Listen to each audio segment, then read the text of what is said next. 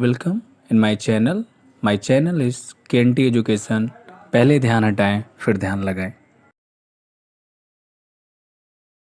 Good wishes for your health. मैं आपका साथी कंदर आपके अपने चैनल केएनटी एजुकेशन पर आपका स्वागत और अभिनंदन करते हैं। हम टेट सीटेट के पॉइंट ऑफ व्यू से सीडीपी को पढ़ रहे थे। सीडीपी में हमने इससे पहले की क्लासेस में शिक्षा, मनोविज्ञान और बाल विकास के बारे में समझा। आज हम बाल विकास के अंतर्गत आने वाला एक टॉपिक है शिशुअवस्था। शिशुअवस्था के हम पहले मूल बातों को जानेंगे। शिशुअवस्था की परिभाषाएं क्या है, फिर शिशुअवस्था से कुछ फैक्ट को समझेंगे, फिर हम शिशुअवस्था की कुछ विशेषताओं को जानेंगे।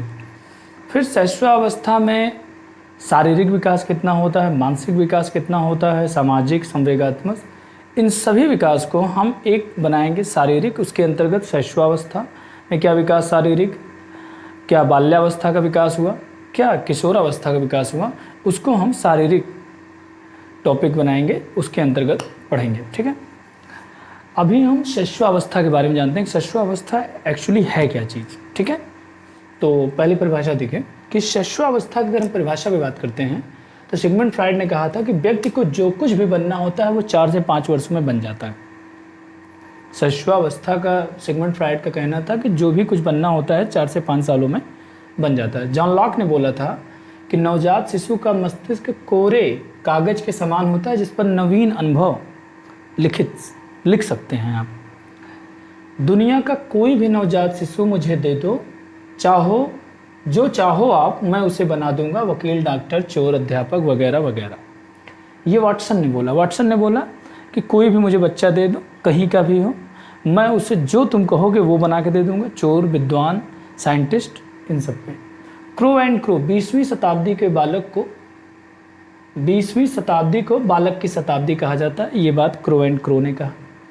थॉर्नडाइक ने कहा कि 3 से 6 वर्ष में अर्ध स्वप्नों की अवस्था होती है, मतलब जो शिशुअवस्था होती है वो अर्ध स्वप्न में रहते हैं बालक उस वक्त। वैलेंटाइन शिशुअवस्था सीखने का आदर्श काल है।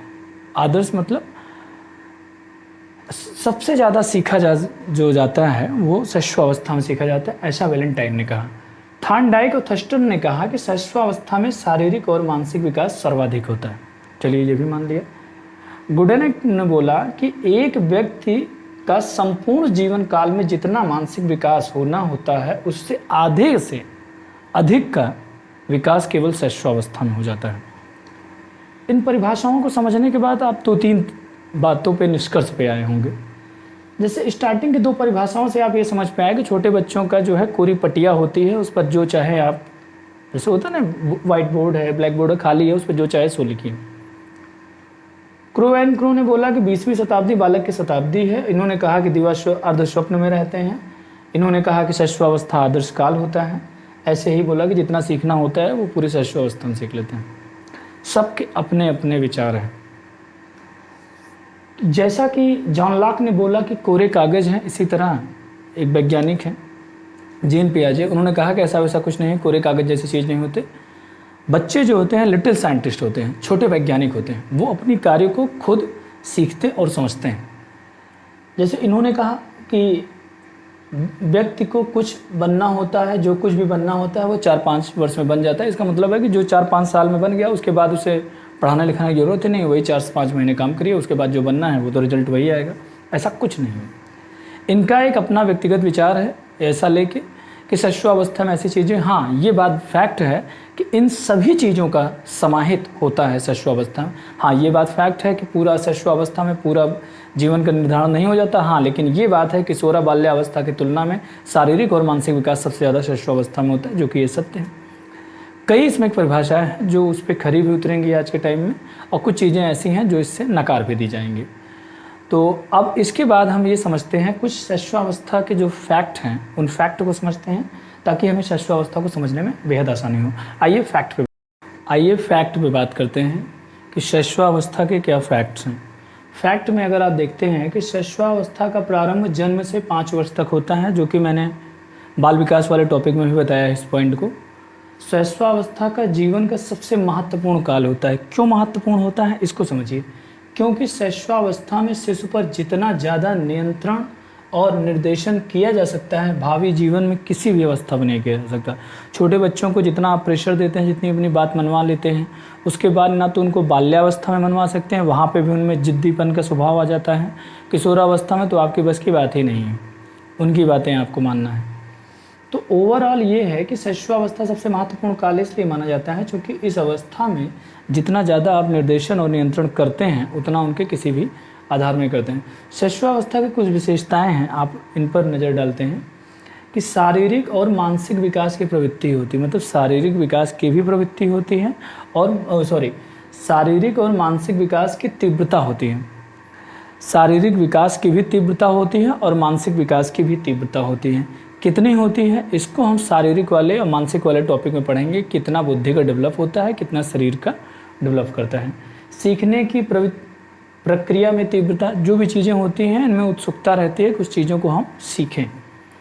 नैतिक गुणों का अभाव होता है, भाई नैतिक गुण इन्हें नहीं पता है कि जैसे किसने पहले मैंने बताया कि स्वप्रेमी टाइप के होते हैं, अपने में ही, मतलब अपने को ही लाभ से मतलब है अपना। अगर इतना से एक भाषा में कहा जाए कि अगर आप इनको 1 लाख खिलौने पिला दीजिए, उसमें से एक खिलौना भी अगर आप अपने बगल छोटे वाले भाई को देने कहते हैं या पड़ोसी के लड़के को देने कहते हैं तो वो उन्हें नहीं देते, क्योंकि इनमें जो है प्रेम की भावना होती है, नार्सिज्म बोलते हैं इसको, सबसे इसका पुराना टर्म है। तो नैतिक गुणों का अभाव होता है तो नैतिकता का विकास भी होता है। भाई जब नैतिकता का अभाव होता है तो नैतिकता का विकास होता है। जिस चीज़ की कमी है उस चीज़ को, चूँकि मैंने बताया ना कि बहुत ज़्यादा निर्देशन और नियंत्रण का काल है, तो इस समय जैसे ही उस पर नियंत्रण करते हैं कि नहीं नहीं ये गलत किया आपने, ऐसा कार्य आपको नहीं करना चाहिए, तो वो जो स्वप्रेम की भावना होती है उससे वो दूर होते हैं और परहित में भी बिलीव रखते हैं कि भाई दूसरों का भी हित सर्वोपरि है।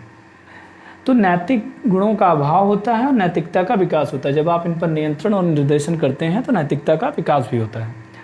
दूसरों पर निर्भरता होती है, जाहिर सी बात है कि छोटे हैं, कुछ कर उतना नहीं सकते हैं, तो निर्भरता दूसरों पे ज़्यादातर चीज़ों पे रहती है। कल्पना की सजीवता, कल्पना शक्ति में खोया होता है। पहले ही बताया है, थर्स्टन वैज्ञानिक ने बहुत से बताया है कि वो अपने अर्धस्वप्न में खोए रहते हैं, तो जाहिर सी बात है कि कल्पना का तो विषय बनेगा।